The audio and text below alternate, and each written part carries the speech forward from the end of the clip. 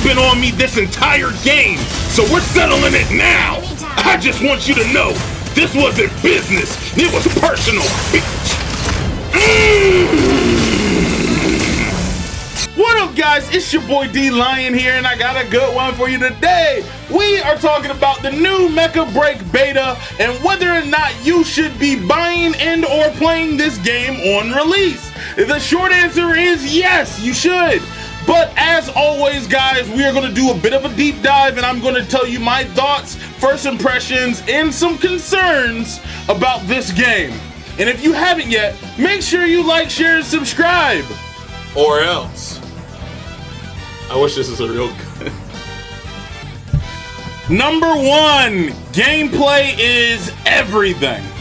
So I'm sure this is gonna be the biggest one that everybody wants to know. How does the game feel? How does the game play? And I can just tell you the game feels amazing when you're playing it. I'm not gonna lie, when you are flying in one of the planes, every time you hit that boost, man, you feel it in your controllers. I was playing with the haptic feedback controllers, so I really felt every movement that I was taking with my controller, whether I was shooting or whether I was clashing with somebody with melee. The game just feels good. It feels like Armored Core 6 if you've played that game, but not as committal as either. One big thing I think everybody's gonna have a hard time getting into is not the movement, but energy management.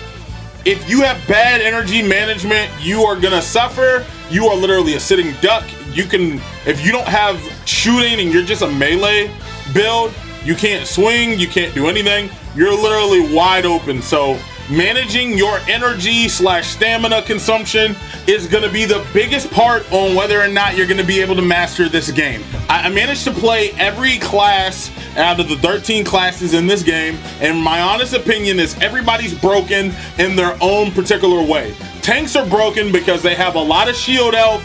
They can stay in there, they can just take any hits, and then their shields will come back, and then they can just repeat the process while still capturing points. Healing is really strong in this game, especially if you're doing team deathmatch. So healers, if you have a healer and the other side doesn't, your team is more than likely gonna win if they don't take out that healer immediately. Support types are broken because they can locate the snipers, but they can also deal with the tanks. And melee builds are just broken. I'm looking at you, Welkin. Welkin can put you in the box, and if he puts you in the box, you're in the blender, and he's gonna Beyblade you to death, and he has super armor. That really needs to be fixed.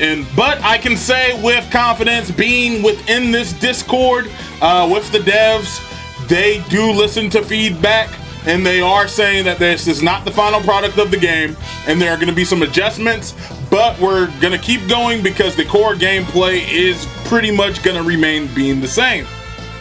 Number two, graphics. This game is beautiful. Graphics and presentation of this game, you can tell a lot of love and care went into this game. It has so many small and fine details, like when you're about to start a mission inside of your cockpit, you see your teammates' health and vitals inside of the actual cockpit with their usernames, their profiles, the mechs that they're choosing. Like I said, this game looks as amazing as it plays. Now, with great graphics and presentation comes space, the type of computer and things that you are running. It might be time to get that upgrade, guys, because you're going to need at least bare minimum 16 gigs of RAM to play this game without frame drops. It needs to be put on an SSD. If you put it on a regular hard drive, you're going to be running at low frame rates. It's going to be choppy. It's not going to be running right. So this game really does step up the presentation of what is required for PCs and stuff like that. Oh, and the HUD is so clean. It is so crispy. It's such a great HUD. I love the HUD. It's non-invasive. It doesn't get in the way. This was one of my biggest problems and concerns that I had with Gundam Breaker 4. And they just knocked it out of the park with this. I never felt like the gauges or anything was in the way. It feels amazing. One thing I forgot to put in the gameplay portion of this game does have free aiming. So that does have lock on, but you have to like keep people within the cursors of it to lock on, and then you're able to do an attack. Sorry I didn't put that in the first part, but I just wanted to cover it now because it just came to me. Number 3, customization. I did it again. The customization in this game is just impressive, and it blew me away. You get CACs. If you don't know what that means, it means create a character. You get a really in-depth create a character. You can make one of the baddest anime girls or just Giga Chad pilots that you want. And the best part about it, guys, do you see that right there? There's voice acting. You get voice acting with your pilot. So when they have a story mode, because it seems like there's gonna be a story mode in this game, your pilot gets to talk. We aren't the silent protagonist. You don't have to imagine what they're saying because they're actually gonna say it. So that is just crazy, and it blows my mind away. Don't even get me started on the mech customization, guys. I was able to build the Wing Zero. I did Afrin's Justice Gundam. I even did Gurren Lagann, man. Gurren Lagann, you know, not even a Gundam, but Gurren freaking Lagann. Now, there are 2 concerns I have about the colors. One being that not every mech shares the same color palette. So if I bought colors on one, it doesn't translate those same colors to the other mech, which is very kind of concerning because there are color loot boxes for colors. So that's kind of concerning, but you can just buy them with the currency. I don't know how the marketplace looks. That's going to be one of my bigger concerns, which leads to my final point and a few open thoughts. Number 4, this game is nearly perfect. This game has a lot of potential. It could potentially be one of the best mech games we ever had. But one of the things that I feel might hold it back is the monetization practices. We don't know if this is going to be a free-to-play game or is it going to be a paid game. I'm very concerned about the monetization practices. I know this was a beta, so they have to be very generous with the currency that they're giving, the battle pass, but there are a lot of things like just having different color pass loot boxes for mods. It's overwhelming and it's a bit concerning.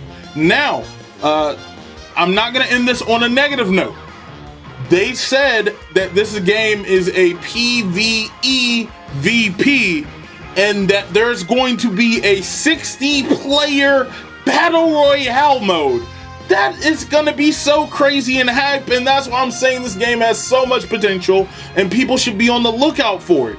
There are just a couple of concerns. I think that right now in the current state of this game, with throughout all the playing, trying different characters, different builds, the customization, it's about an 8 out of 10 right now for me.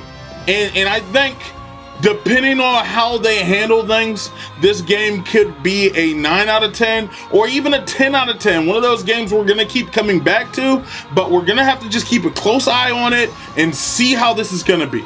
All right.